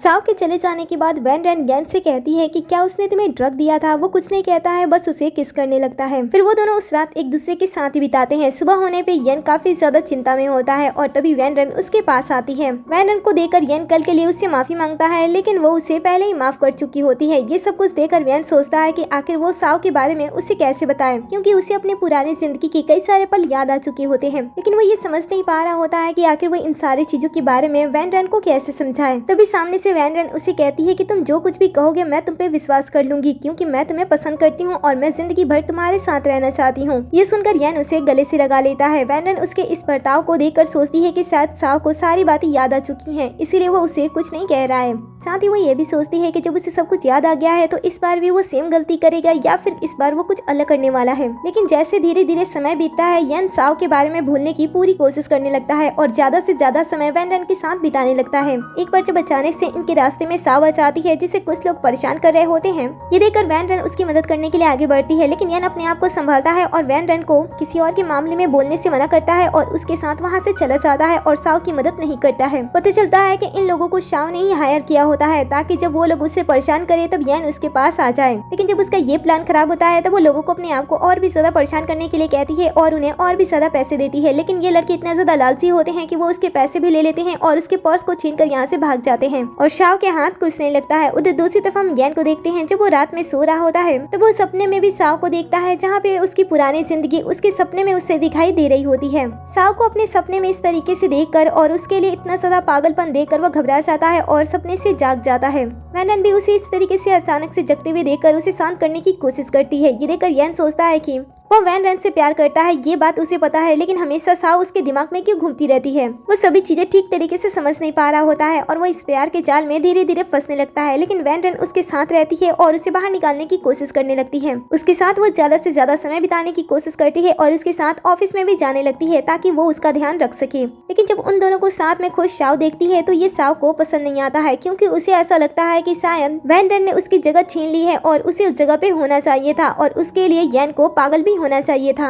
इसीलिए वो फाइनली इस बार प्रेसिडेंट फू के पास चली जाती है, जहाँ पे वो बॉक्सिंग कर रहा होता है। उसे देखकर वो अपने पास्ट लाइफ के बारे में सोचने लगती है, जहाँ पे उसने प्रेसिडेंट फू के साथ मिलकर यन को हरा दिया था। इसीलिए वो इस बार भी इसके पास आती है और इसके साथ मिलकर काम करने की बात करती है। वो प्रेसिडेंट फू को ऑफर देती है कि जिस लैंड को वो लोग यन से छीनना चाहते हैं वो उसे दिलाने में उनकी मदद कर सकती है। ये सुनकर प्रेसिडेंट फू उसके साथ डील करने के लिए मान जाता है और बहुत ही ज्यादा खुश भी होता है। दूसरी तरफ हम वैन रन को देखते हैं। यन की रात के सपने की वजह से वो उसके लिए वरीड होती है, इसलिए वो सोचती है कि वो यन के लिए मेडिसिन फूड बनाएगी जिसे खाने के बाद उसे अच्छी नींद आए। तभी केविन में असिस्टेंट आता है जिसके हाथ में एक इंपॉर्टेंट फाइल होती है जिसे वो बॉस को देना चाहता था, लेकिन जब यहाँ पे बॉस उसका नहीं होता है तब वो वैन रन को दे देता है इसे अच्छी तरीके से रखने के लिए। फिर वैन रन जब उस इंपॉर्टेंट डॉक्यूमेंट को देखती है तब वो समझ जाती है कि इसी डॉक्यूमेंट को साव ने प्रेसिडेंट फू को बेचा था, जिस वजह से वो उसे ब्लैकमेल कर पा रहे थे। इसीलिए वो उसे संभाल कर लॉकर में रख देती है। लेकिन जब केबिन में कोई नहीं होता है तब साव छुप कर वापस से केबिन में आती है और पिछली लाइफ की याददाश्त होने की वजह से वो लॉकर को आसानी से खोल लेती है और उस इंपॉर्टेंट फाइल को वहाँ से चुरा कर लेकर चली जाती है। 3 दिन बाद जब इनकी कंपनी मीटिंग होती है तब इन्हें पता चलता है कि जिस प्रोजेक्ट पे ये लोग काम कर रहे थे और जिसे कुछ समय पहले इन्होंने कंप्लीट कर दिया था, उसे प्रेसिडेंट फू की कंपनी ने इनसे पहले इनकी आइडिया को लॉन्च कर दिया होता है, जिस वजह से ये लोग समझ नहीं पा रहे होते हैं कि आखिर प्रॉब्लम कहाँ पे है। सभी इन्वेस्टर आपस में बात कर रहे होते हैं कि शायद यन की कंपनी में कोई इन्फॉर्मर है। इस बात से यन भी काफी ज्यादा डिस्टर्ब हो जाता है और स्मोक करने लगता है। लेकिन तभी यहाँ पे वैन रन आती है जो कि उसे चाय पीने के लिए कहती है ताकि वो स्मोक ना करे। और जैसे असिस्टेंट की नजर वैन रन पे जाती है वो सोचता है कि उसने उस इम्पोर्टेंट फाइल को वैन रन को ही दिया था। बॉस और बॉस की वाइफ के अलावा किसी को भी उस इम्पोर्टेंट डॉक्यूमेंट के बारे में कुछ भी नहीं पता था कि उसे कहाँ पे रखा गया है। तो क्या बॉस की वाइफ बॉस को धोखा दे सकती है, ऐसा वो सोच ही रहा होता है, लेकिन वो समझ नहीं पा रहा होता है कि आखिर वो इस बात को अपने बॉस से कैसे कहे। तभी यहाँ पे सावा आती है एक क्लीनिंग वर्कर के रूप में और वो वैन रन के ऊपर इल्जाम लगाती है कि जब वो साफ सफाई का काम कर रही थी तब उसने वैन रन के हाथ में एक फाइल दिखा था और वो उस समय किसी फू नाम के पर्सन से छुपकर बातें कर रही थी। इस तरीके से वो यहाँ पे एक चिंगारी लगा देती है और तभी असिस्टेंट भी अपने बॉस से कह देता है कि हाँ बॉस, मैंने उस इम्पोर्टेंट फाइल को आपकी वाइफ को ही दिया था। ये सुनकर सभी इन्वेस्टर को वैन रन पे शक होने लगता है कि कहीं वैन रन ने इन्हें धोखा तो नहीं दिया है। इसलिए वो यन से कहते हैं कि माना कि तुम्हारी उस लड़की से शादी हुई है, लेकिन तुम इतनी इंपॉर्टेंट फाइल उसे कैसे दे सकती हो? अच्छा होगा कि तुम इस लड़की को डाइवोर्स दे दो, क्योंकि शादी के कुछ समय बाद ही इसने तुम्हारा बहुत ही बड़ा लॉस करा दिया है। ये सुनने के बाद भी वो इनकी बातें पर ध्यान नहीं देता है, बल्कि सबके सामने उसे बैठा देता है और कहता है कि उसे अपनी वाइफ पे भरोसा है। ये सुनकर इन्वेस्टर उसे कहते हैं कि तुम्हें पता है ना, ट्रिलियन पैसों का नुकसान हुआ है। वो कहता है कि सो व्हाट, अगर उसकी वजह से इतने पैसों का नुकसान हुआ तो कोई बात नहीं है, मैं भरपाई कर दूंगा। लेकिन इन्वेस्टर तो वैन रन को जेल भेजने की कोशिश में लग जाते हैं। ये देखकर वो उसे कहता है कि किस सबूत पर आप लोग मेरी वाइफ को जेल भेजना चाहते हो? आप लोगों के पास क्या सबूत है कि उसने डॉक्यूमेंट के साथ छेड़खानी की है? तब वो लोग चाव की तरफ इशारा करते हैं। ये देखकर वैन रन खड़ी हो जाती है और कहती है कि जिस पर्सन पे आप लोग विश्वास कर रहे हो उसे कुछ समय पहले ही कंपनी से बाहर निकाल दिया गया था। असिस्टेंट भी सामने आता है और साव का मास्क हटा देता है और कहता है कि तुम जेलेसी में इतना सब कुछ कर सकती हो। लेकिन साव फिर भी झूठ बोलती है और कहती है कि जो मैं बोल रही हूँ वो सच है। और तभी यहाँ पे प्रेसिडेंट फू भी आ जाता है। यान उसे देखता है और कहता है कि बिना प्रॉब्लम क्रिएट किए तुम यहाँ से चले जाओ, लेकिन वो जाने से मना कर देता है और कहता है कि मैं यहाँ पे किसी को थैंक्स बोलने के लिए आया हूँ, जिसकी वजह से मुझे वो चीज मिल गई जो तुम्हारे पास थी। ऐसा कहते हुए वो वैन रन का नाम लेता है। वो साफ शब्दों में यहाँ पे ये कहता है कि इस लैंड को पाने में वैन रन ने उसकी मदद की है। अब ये सुनकर इन्वेस्टर और भी ज्यादा गुस्सा होने लगते हैं। वैन रन को भी पता नहीं होता है कि अब वो अपने आप को किस तरीके से बचाए। धीरे धीरे इनकी बातें हद से ज्यादा बिगड़ने लगती है। सभी इन्वेस्टर का ऐसा मानना होता है कि ये वैन रन की गलती है, इसलिए येन को उसे डाइवोर्स दे देना चाहिए, नहीं तो उसे कंपनी का प्रेसिडेंट पद छोड़ देना चाहिए। इतना सब कुछ सुनने के बाद भी येन काम रहता है और अपनी वाइफ को अपने पास खींचते हुए कहता है कि उसे अपनी वाइफ पे भरोसा है क्योंकि वो उसे प्यार करता है। और रही डॉक्यूमेंट को इधर उधर करने की बात, तो उसे मैं अभी साबित कर देता हूँ कि उसे अपनी जगह से किसने हटाया था। ऐसा कहते हुए वो अपने असिस्टेंट से अपने केबिन का सीसीटीवी कैमरा यहाँ पे लाने के लिए कह देता है, जिसमें सभी साफ साफ देख पा रहे होते हैं कि वो लड़की वैन रन नहीं है जो कि उस इम्पोर्टेंट फाइल को इधर उधर कर रही है, बल्कि वो तो साव है। साव को भी इस बात का कोई भी आइडिया नहीं होता है क्योंकि उसकी पास्ट लाइफ में उसने कभी भी ये नहीं देखा था कि प्रेसिडेंट ने अपने ही कैबिन में कोई सीसीटीवी कैमरा इंसर्ट कराया हुआ है। साव को कौन बताएगा कि जब येन को वैन रन से प्यार हुआ था तब वो 24/7 उसके ऊपर नजर रख रहा था, जिस वजह से उसने अपने कैबिन तक में कैमरा लगा दिया था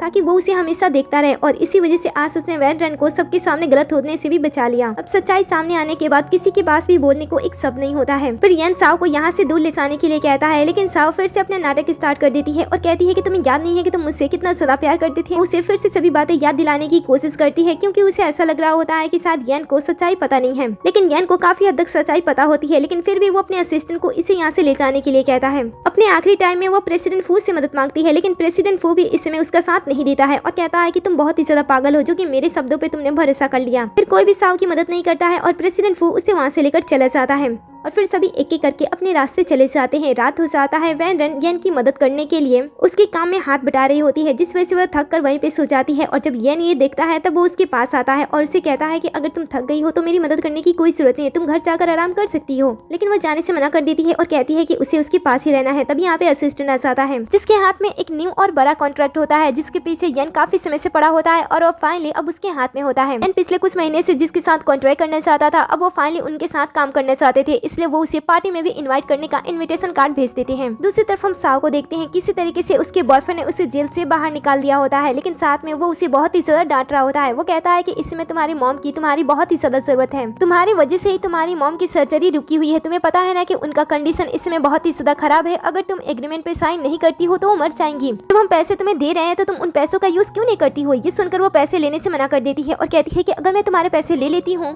तो येन मेरे पास कभी भी वापस नहीं आएगा, मुझे येन को वापस पाना है, इसलिए मुझे अपनी मॉम के ट्रीटमेंट के पैसे तो उससे ही लेने होंगे। ये सुनकर बॉयफ्रेंड उससे कहता है कि तुम पहले से बहुत ही ज्यादा बदल चुकी हो, जिस साव को मैं जानता था और जिससे मैं प्यार करता था तुम मुझसे बहुत ही ज्यादा अलग हो। मुझे तो ऐसा लगता है कि अब मुझे तुम्हारे पीछे आना ही नहीं चाहिए। ये सुनकर साव कहती है कि मुझे भी तुम्हारी कोई जरूरत नहीं है। ये सुनकर वो उसे कहता है कि सोच लो, अगर इस बार मैं तुम्हें छोड़कर जाता हूँ तो मैं तुमसे प्रॉमिस करता हूँ कि मैं दोबारा कभी भी तुम्हारे सामने नहीं आऊंगा। साव को उसकी परवाह नहीं होती है, इसलिए वो उसे छोड़ देती है और वो वहाँ से चला जाता है। दूसरी तरफ हम रात के समय पार्टी का सीन देखते हैं। पार्टी में बहुत सारे लोग आए होते हैं, लेकिन जैसे ही वैन रन येन के साथ एंट्री लेती है सभी वैन रन को देखने लगते हैं। ये देखकर येन के दिल में धीरे धीरे वापस से डर पैदा होने लगता है। उसे ख्याल आता है कि उसे अपनी वाइफ को यहाँ पे नहीं लेकर आना चाहिए था। वो अपनी वाइफ का हाथ कस के पकड़ता है और उसे कोने में लेकर चला जाता है और उसे कहता है कि तुम सिर्फ और सिर्फ मेरी हो। इन दोनों को साथ में ऐसे प्रेसिडेंट फू भी देख रहा होता है और यहाँ पे किसी तरीके से साव भी पहुंच चुकी होती है। इधर येन की जेलसी साफ साफ उसके चेहरे पे दिखाई देने लगती है और वो वैन रन को पार्टी में ही किस करने लगता है। प्रेसिडेंट फू येन को इस तरीके से देखता है तब वो समझ जाता है कि वो इस लड़की के लिए पागल है, इसलिए अब वो भी वैन रन में इंटरेस्ट लेने लगता है। तभी यहाँ पे साव आ जाती है और कहती है कि क्या तुम्हें वो लड़की पसंद है? अगर वो लड़की तुम्हें पसंद है तो मैं उस लड़की को तुम्हारे पास ला सकती हूँ, लेकिन तुम्हें भी मेरी मदद करनी होगी। अगर लास्ट टाइम की तरह वापस से तुम मेरे प्रॉमिस को तोड़ती हो तो तुम्हें भारी नुकसान झेलना पड़ सकता है। प्रेसिडेंट वो उसकी बातें मान लेता है। धीरे धीरे रात गहरी होने लगती है और पार्टी और भी ज्यादा समय लेने लगती है,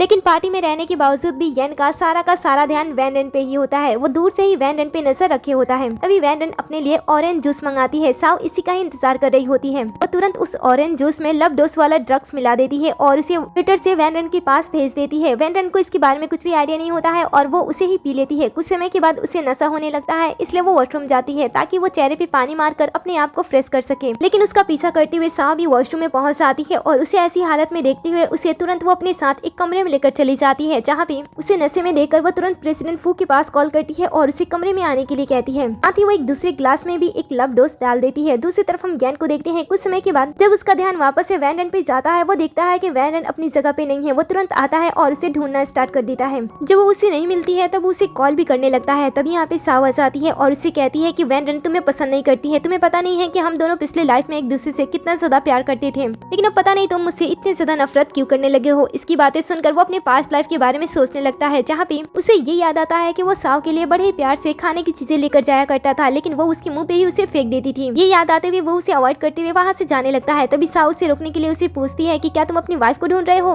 ये सुनकर अचानक से उसका बर्ताव बदल जाता है। वो उसे रूडली पकड़ लेता है और पूछता है कि बताओ वैंडन कहाँ पे है। ये सुनकर वो उससे कहती है कि तुम तो उसे बहुत ही ज्यादा प्यार करते हो, लेकिन इस समय वो किसी और के साथ मजे कर रही है। अगर विश्वास ना हो तो तुम मेरे साथ चलकर देख सकते हो, क्योंकि कुछ समय पहले ही मैंने उसे प्रेसिडेंट फू के साथ देखा था। ये सुनकर वो गुस्सा हो जाता है और तुरंत उसे अपने साथ कमरे में लेकर जाता है। जब वो अंदर जाता है तब वो प्रेसिडेंट फू को किसी लड़की के साथ देखता है। ये देखकर वो गुस्सा हो जाता है और तुरंत प्रेसिडेंट फू को पेट से खींचते हुए उसे बुरी तरीके से मारने लगता है। उसे बुरी तरीके से पीटने के बाद वो ऐसे बैठ जाता है कि जैसे उसका सब कुछ खो गया। ये देखकर शाव भी खुश हो जाती है, लेकिन तभी अचानक से यहाँ पे वैंडन आ जाती है और पूछती है कि यहाँ पे क्या चल रहा है। ये देखकर तो साव के होश से उड़ जाते हैं। वो समझ नहीं पाती है कि बेड के अंदर कौन है। वो तुरंत जाकर चेक करती है तो यहाँ पे कोई दूसरी लड़की होती है। फ्लैशबैक से हमें पता चलता है जब वैंडन को ड्रग्स दिया गया था और वो नशे में थी, तब वैंडन की मदद होस्ट करता है ताकि ये दुनिया फिर से बर्बाद ना हो। वो उसे तुरंत एक मैजिकल पिल्स दे देता है, जिसे खाने के बाद वैंडन का नशा तुरंत उतर जाता है और वो साव के कमरे से निकलने की थोड़ी ही देर बाद वो भी कमरे से निकल जाती है। और फिर कुछ समय के बाद उसी कमरे में प्रेसिडेंट फू जाता है और उसे उस कमरे में जाते हुए एक दूसरी लड़की देख लेती है, जो कि किसी भी तरीके से प्रेसिडेंट फू के क्लोज आना चाहती थी ताकि बाद में वो उसके पैसों पे एंजॉय कर सके। इसलिए वो भी उसके पीछे पीछे उसके कमरे में चली जाती है और प्रेसिडेंट फू कमरे में पहुंचने के बाद वो ड्रग वाली पानी पी लेता है, जिसके बाद उसे खुद ही नहीं पता होता है कि वो किस लड़की के साथ है। और इस तरीके से साव का बेहतरीन प्लान पूरी तरीके से बेकार हो जाता है। लेकिन वैंडन उसे इतनी आसानी से जाने नहीं देती है। वो उसे पूछती है कि बताओ तुम्हें मुझे ड्रग्स देने को किसने कहा था। ये सुनकर वो तुरंत सारा का सारा इल्जाम प्रेसिडेंट फू पे लगा देती है और मौका मिलते ही यहाँ से तुरंत भाग जाती है। ये सब कुछ सुनने के बाद यन प्रेसिडेंट फू को वार्न करता है और कहता है कि अगर तुम वैंडन के पास भी आओगे तो मैं तुम्हें पूरी तरीके से खत्म कर दूंगा। लेकिन प्रेसिडेंट फू उसकी धमकियों से नहीं डरता है और कहता है कि वो किसी भी तरीके से उसकी वुमेन को उससे छीन कर ही रहेगा। ये सुनकर यन बहुत ही ज्यादा गुस्सा होता है और पूरी तरीके से प्रेसिडेंट फू को खत्म करने में लग जाता है। पिछले 2 दिनों से वो लगातार काम करता है ताकि वो प्रेसिडेंट फू को खत्म कर सके। ये सब कुछ देखकर वैंडन उसका ख्याल रखने के लिए उसके लिए सूप बनाती है, लेकिन यन की गलती की वजह से वो सूप नीचे गिर जाता है। ये देखकर वो तुरंत उसका ख्याल रखने लगता है और कहता है कि मैं अब किसी भी तरीके से उसे खत्म करना चाहता हूँ और मुझे पता है कि वो मुझे नुकसान पहुँचाने की कोशिश करेगा, जिसके लिए वो तुम्हें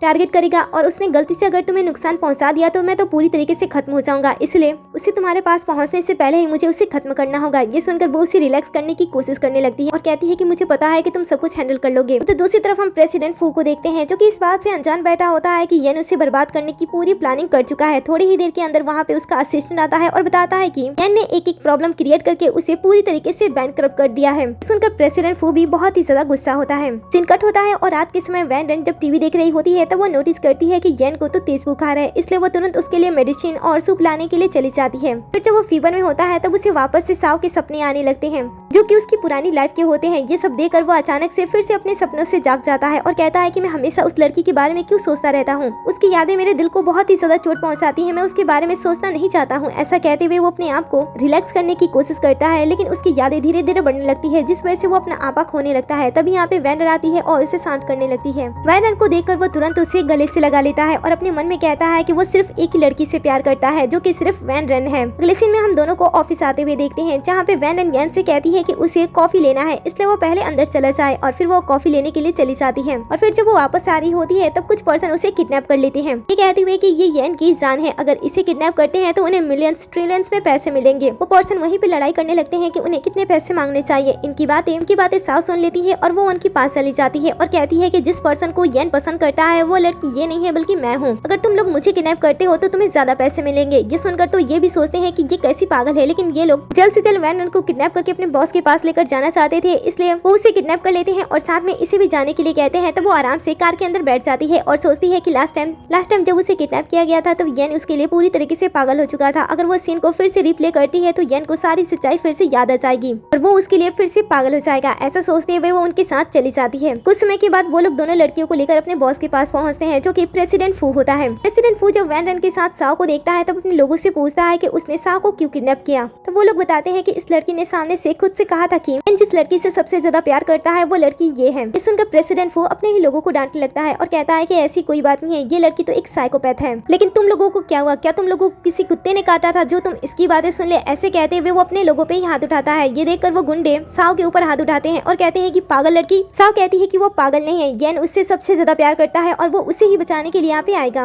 ये देखकर वैंडन अपने मन में सोचती है कि मुझे तो बताया गया था कि इस कहानी का हीरो साइकोपैथ है, लेकिन मुझे ऐसा लगता है कि इस कहानी की हीरो नहीं बल्कि हीरोइन साइकोपैथ है जो पूरी तरीके से पागल है। अब जो प्रेसिडेंट फू होता है वो साओ को अच्छी तरीके से हैंडल नहीं कर पाता है क्योंकि वो 24/7 चिक चिक किए जा रही होती है, जिस वजह से वो दोनों लड़कियों को साथ में बांध देता है और इसके बारे में वो येन को बताने के लिए कह देता है और बैठकर उसका इंतजार करने लगता है। लेकिन दोनों लड़कियां आपस में ही लड़ना स्टार्ट कर देती हैं। पेंडेंट का कहना होता है कि आखिर तुम जानबूझकर यहाँ पे किडनैप होकर क्यों आई हो। ये सुनकर साओ से कहती है कि क्योंकि वो येन के दिल में है और उसे पता है कि येन सबसे ज्यादा प्यार उससे करता है, इसीलिए वो उसे बचाने के लिए यहाँ पे आएगा। पेंडेंट कहती है कि वो तो ठीक है, जब वो आएगा तो वो पता ही चल जाएगा, लेकिन क्या तुम पागल हो? तुम खुद से किडनैप कैसे हो सकती हो? तुम्हें पता है ना प्रेसिडेंट फू कितना ज्यादा खतरनाक इंसान है, वो किसी का भी साथ नहीं देता है। लेकिन साओ का तो अलग सा ही एटीट्यूड होता है कि वो किसी से भी नहीं डरने वाली है क्योंकि उसे येन प्यार करता है। कुछ समय के बाद यहाँ पे येन आ जाता है। येन को देखकर साओ ड्रामा करने लगती है कि वो उसे ही बचाने के लिए यहाँ पे आया है। प्रेसिडेंट फू ये सब कुछ देख रहा होता है और वो उसे कहता है कि अच्छा हुआ तुम यहाँ पे आ गए, लेकिन जाने से पहले मैं तुम्हारे साथ एक गेम खेलना चाहता हूँ। तुम्हें चूज करना होगा कि तुम इन दोनों में से किसी बचाकर अपने साथ घर लेकर जाना चाहते हो और किसी मरने के लिए तुम यहीं पे छोड़ना चाहते हो। ये सुनकर साओ येन के सामने ड्रामा करने लगती है और कहती है कि तुम्हें पता है ना कि तुम मुझसे कितना ज्यादा प्यार करते हो, तुम कभी भी वैन रन को मत बचाना क्योंकि ये एक मर्डरर है। इसी ने ही हमारी पुरानी जिंदगी में मुझे जान से मारा था, इसलिए मैं बहुत ही ज्यादा डर चुकी हूँ, तुम मुझे ही बचाना। साओ ऐसे चीख चीख कर अपनी पुरानी जिंदगी के बारे में उसे बता रही होती है कि येन को वापस से उसकी पुरानी जिंदगी के आखिरी पल भी उसे याद आने लगते हैं, जहाँ पे वो देखता है कि साओ को प्रेसिडेंट फू जान से मार रहा है। ये सुनकर उसे ऐसा लगता है कि शायद ये आगे होने वाला है। वो फ्यूचर देख रहा है, इसलिए वो सोचता है कि क्या उसे साओ को बचाना चाहिए, लेकिन अगले पल वो सोचता है कि वो वैन रन से बहुत ही ज्यादा प्यार करता है, तो क्या उसे बचाना चाहिए। अब ये सब कुछ सोचते हुए धीरे धीरे उसके सर का दर्द बढ़ने लगता है और इधर जो साओ होती है वो उसे कहती है कि क्या तुम्हें याद आ रहा है कि मैं तुम्हारे लिए कितनी ज्यादा कीमती हूँ, तुम मुझसे कितना ज्यादा प्यार करती हो। इसकी बातें सुनकर उसे वापस से सारे फ्लैशबैक धीरे धीरे उसके सामने आने लगते हैं, जहाँ पे जब वो साइको होकर उससे प्यार करता था और उसके लिए वो जितने भी एफर्ट देता था, साओ ने कभी भी उसके प्यार को समझा नहीं और वो हमेशा ही उससे दूर भागने की कोशिश करती रहती थी। इसके लिए चाहे उसे येन को जेलस फील कराना हो या फिर उसे हर्ट करना हो, वो येन से दूर रहने के लिए हर वो चीज करती थी। धीरे धीरे येन को वो सब कुछ याद आ रहा होता है और वो धीरे धीरे साओ की तरफ बढ़ने लगता है। लेकिन ये सब कुछ देखकर वैन रन को बहुत ही ज्यादा बुरा लगता है। वो कहती है कि मुझे पता है कि मैं यहाँ पे मिशन के लिए आई हूँ, लेकिन फिर भी मुझे ये सब कुछ देखकर बहुत ही ज्यादा बुरा लग रहा है। लेकिन कोई नहीं, येन जिसे भी चूज करता है मैं चुपचाप उसे एक्सेप्ट कर लूंगी। फिर साओ भी सबको दिखाती है कि देखो वो मेरी ही परवाह करता है, इसलिए वो मुझे ही बचाने के लिए मेरे पास आ रहा है। प्रेसिडेंट फू उससे पूछता है कि बताओ तुम दोनों में से किसे बचाना चाहते हो। तब येन साओ का नाम लेता है।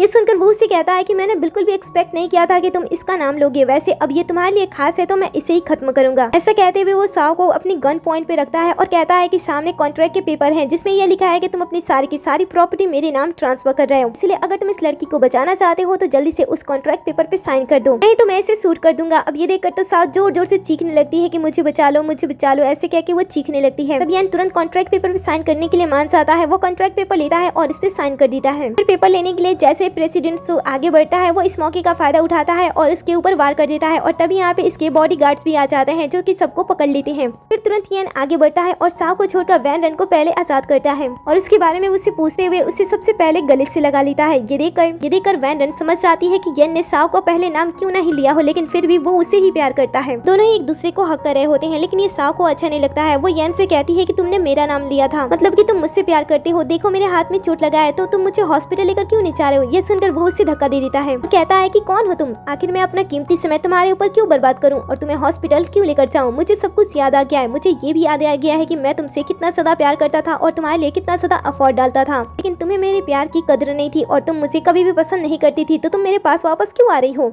ये सुनकर साओ से कहती है लेकिन फिर भी तुमने बचाने के लिए सबसे पहले मेरा नाम लिया था। येन कहता है कि वो इसलिए था ताकि इतिहास अपने आप को फिर से ना दोहराए और फिर से हम इस टाइम लूप में ना फंसे। मैं वैन रन से प्यार करूं और उसके साथ हमेशा जिंदगी बिताऊं, इसके लिए जरूरी ये था कि तुम यहाँ पे मरो नहीं। साओ कहती है कि क्या तुम्हें सब कुछ याद था, अगर सब कुछ याद था तो तुम मेरे पास वापस क्यों नहीं आए, तुमने मुझसे प्यार क्यों नहीं किया, तुम्हें पता है कि तुम्हारी वजह से मैंने पहले अपने बॉयफ्रेंड के साथ ब्रेकअप कर लिया था। येन कहता है कि वो मेरी पुरानी जिंदगी थी जब मैं तुमसे प्यार करता था और तुम मेरे लिए कुछ भी नहीं करती थी, लेकिन मैं अपनी इस लाइफ में सिर्फ और सिर्फ वैन रन से प्यार करता हूँ और उसके साथ ही मैं अपना जीवन बिताना चाहता हूँ, क्योंकि जितना प्यार मैं उसे करता हूँ उतना ही प्यार वो भी मुझे देती है। लेकिन तुम उसकी तरह बिल्कुल भी नहीं हो, तुम मुझसे बिल्कुल भी प्यार नहीं करती हो। मैं अपनी पिछली जिंदगी में गलत था जो कि मैंने तुमसे प्यार किया था, लेकिन इस जिंदगी में मुझसे प्यार करने वाले कई सारे पर्सन हैं और एक तो मेरी वाइफ जो मुझसे इतना ज्यादा प्यार करती है कि मुझे किसी और की प्यार की कोई जरूरत ही नहीं है। साओ कहती है कि ये सब कुछ झूठ है, ये लड़की झूठी है, तुम्हें पता है ये सिर्फ और सिर्फ तुम्हारे पास तुम्हारे पैसों के लिए आई है। येन कहता है कि तुमने ये क्या कह दिया, मैं इस बात पे कभी भी भरोसा नहीं कर सकता हूँ, क्योंकि आज तक मैंने उससे प्यार के लिए जितने भी पैसे दिए थे, मैंने उसे शादी करने के लिए जो भी पैसे दिए थे, वो कुछ भी पैसे उसने अपने पास नहीं रखे हैं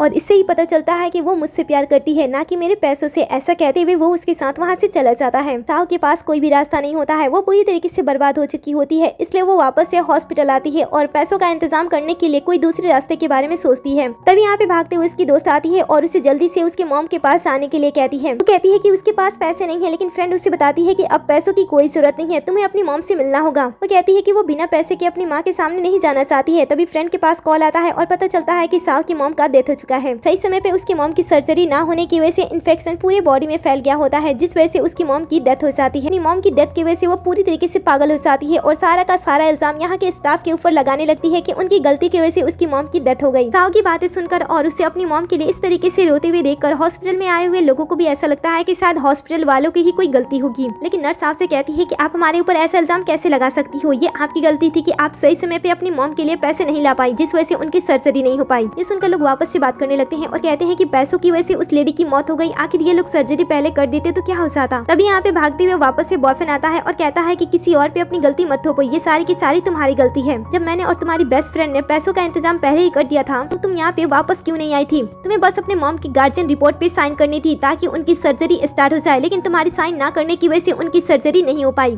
इसलिए तुम अपनी गलती किसी और के ऊपर मत थोपो, क्योंकि इसमें सबसे बड़ी तुम्हारी गलती है। तुम्हारी मॉम मरी है सिर्फ और सिर्फ तुम्हारी वजह से। लेकिन शाओ अपनी गलती किसी भी कीमत में मानना नहीं चाहती थी। उसे ऐसा लगता था कि ये सारी की सारी चीजें वैन रन की वजह से हुई है। अगर वो यन की लाइफ में ना आती तो उसे वो सब कुछ मिलता जिसकी वो चाह रखती है। दूसरी तरफ यन और वैन रन की लाइफ बहुत ही अच्छी तरीके से चल रही होती है। लोग इनकी जोड़ी को बहुत ही ज्यादा पसंद भी कर रहे होते हैं। वैन रन ने अपने प्यार से यन को पूरी तरीके से बदल दिया होता है, लेकिन यन के अंदर अभी थोड़ी सी इनसिक्योरिटी होती है, जिस वजह से वो उसे कवर करने की कोशिश करता रहता है, लेकिन साथ में वो उसके बहुत ही ज्यादा खुश भी रहता है। इन दोनों की खुशी के बारे में जब साव को पता चलता है तब उसे ऐसा लगता है कि उसकी जिंदगी सिर्फ और सिर्फ इन दोनों की वजह से ही बर्बाद हुई है कि यन ने पैसे नहीं दिए, जिस वजह से उसकी मॉम की सर्जरी नहीं हो पाई और उसके घर से भी उसे बाहर निकाल दिया गया क्योंकि उसके पास पैसे नहीं है। इसलिए वो उसे बदला लेने के लिए वापस से उनके पास आती है और वैन रन को जान से मारने की कोशिश करती है और कहती है कि तुम्हारी वजह से मेरी पूरी जिंदगी बर्बाद हो गई। प्रिंसेस की जिंदगी बिताने वाली थी, लेकिन तुम्हारे इंटरफेयर की वजह से मैं एक नौकरानी बन चुकी हूँ। मेरे पास रहने खाने पीने किसी भी चीज की कोई भी जगह नहीं है, इसीलिए मैं अपने साथ तुम्हें भी लेकर जाना चाहती हूँ। ऐसा कहते हुए वो उसे जान से मारने की कोशिश करती है, लेकिन यन उसे बचा लेता है और फिर वो साव को पुलिस के हवाले कर देता है मर्डर के आरोप में। धीरे धीरे समय बीतने लगता है, लेकिन अब यन साव के बारे में सपने नहीं देखता है बल्कि वैन रन के बारे में देखने लगता है, जहाँ पे उसके सपने में वैन रन अपनी असली पहचान में आती है और सब कुछ सही हो जाने के बाद वो यहाँ से जाने की बात करती है, जिसे उसे देखकर ऐसा लगता है कि सब कुछ उसके हाथ में आने के बावजूद भी उसके हाथ में कुछ नहीं रह पाया। वो इस सपने से बुरी तरीके से डरकर जाग जाता है, लेकिन वैन रन उसके पास होती है। उसे भी उसके सपने के बारे में पता होता है, इसलिए वो उसे हमेशा ही शांत करने की कोशिश करती रहती थी और उसे हमेशा ही वादा करती रहती थी कि वो उसे कभी भी छोड़कर नहीं जाएगी। फिर जैसा उसने वादा किया था वो अपना वादा पूरे दिल से निभाती है और यन के साथ अपनी पूरी जिंदगी बिताती है। बुढ़ापे में भी वो दोनों एक दूसरे के साथ होते हैं और एक दूसरे के साथ बहुत ही ज्यादा खुश होते हैं। वैन रन यन से इतना ज्यादा प्यार करती है कि जो प्यार को कैद करने की इच्छा उसके मन में जागती रहती थी वो अचानक से शांत हो जाती है और वो प्यार को अलग तरीके से फील करता है, जहाँ पे वो समझता है कि अगर आप अपने प्यार को बांध कर रखते हो तो आपका प्यार अब से उतना ही दूर भागने की कोशिश करता है, लेकिन अगर आप अपने प्यार को छोड़ देते हो, उसे बांधने की कोशिश नहीं करते हो तो आपका प्यार आपके पास हमेशा रहता है। वैन रन ने यन को इतना ज्यादा प्यार दिया होता है कि वो मरने के कुछ समय पहले उन सभी पलों के बारे में सोचता है जब वैन रन उसकी जिंदगी में आई थी।